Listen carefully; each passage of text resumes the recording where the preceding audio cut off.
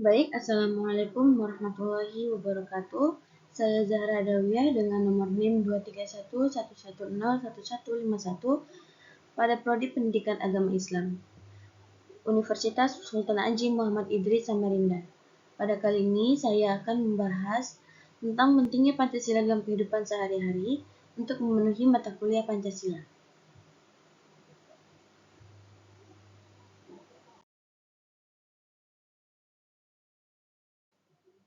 Sebelum memasuki pada materi pentingnya pendidikan Pancasila dalam kehidupan sehari-hari, penting untuk mengetahui apa itu Pancasila. Mari kita masuk pada pembahasan.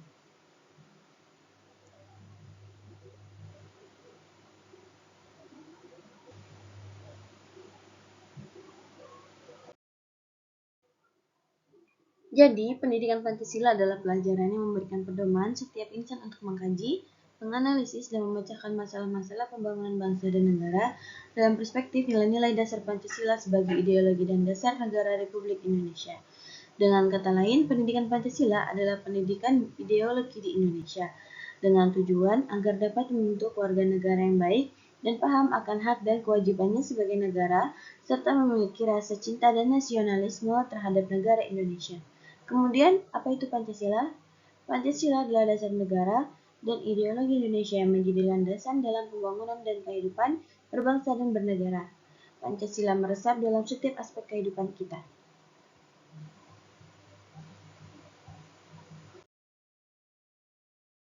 Kemudian secara harfiah, Pancasila berasal dari bahasa Sanskerta yang terdiri dari kata panca yang berarti lima dan sila yang berarti prinsip atau dasar. Oleh karena itu, Pancasila dapat diterjemahkan sebagai 5 prinsip atau 5 dasar.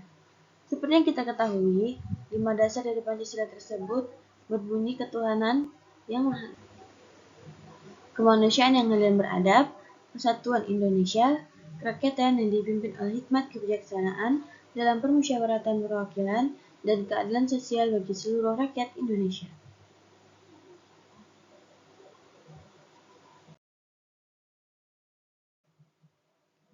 Banyak nilai-nilai yang harus diterapkan dalam bersosial, bermasyarakat, bahkan dalam kehidupan sehari-hari, baik dalam maupun di luar lingkungan keluarga.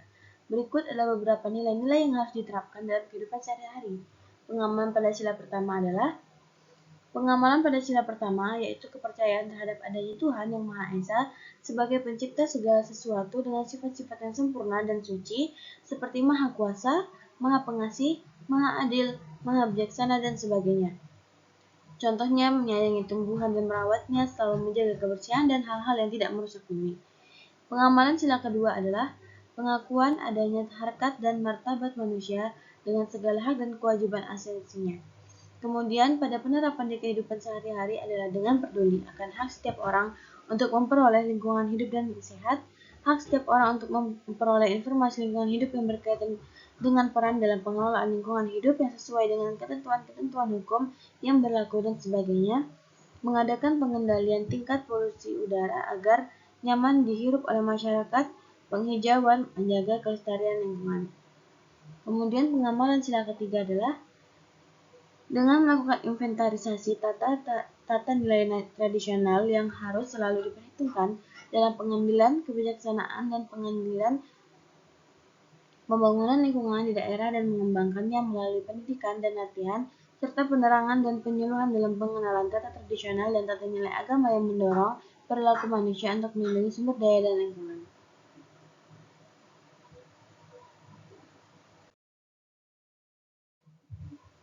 Pengamalan sila keempat adalah mewujudkan, menumbuhkan, mengembangkan, dan meningkatkan kesadaran dan tanggung jawab para pengambil keputusan dalam pengelolaan lingkungan hidup, meningkatkan kesadaran akan hak dan tanggung jawab masyarakat dalam pengelolaan lingkungan hidup. Tak hanya itu, menerima pendapat orang lain dan menghargainya adalah salah satu penerapan pada sila keempat. Dan terakhir adalah pengamalan pada sila kelima.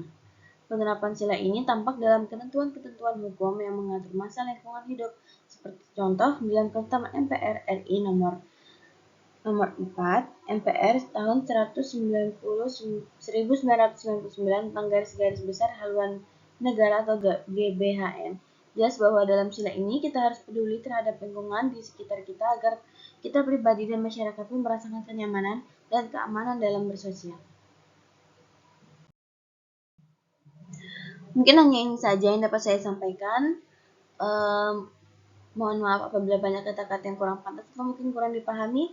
Saya akhiri. Wassalamualaikum warahmatullahi wabarakatuh.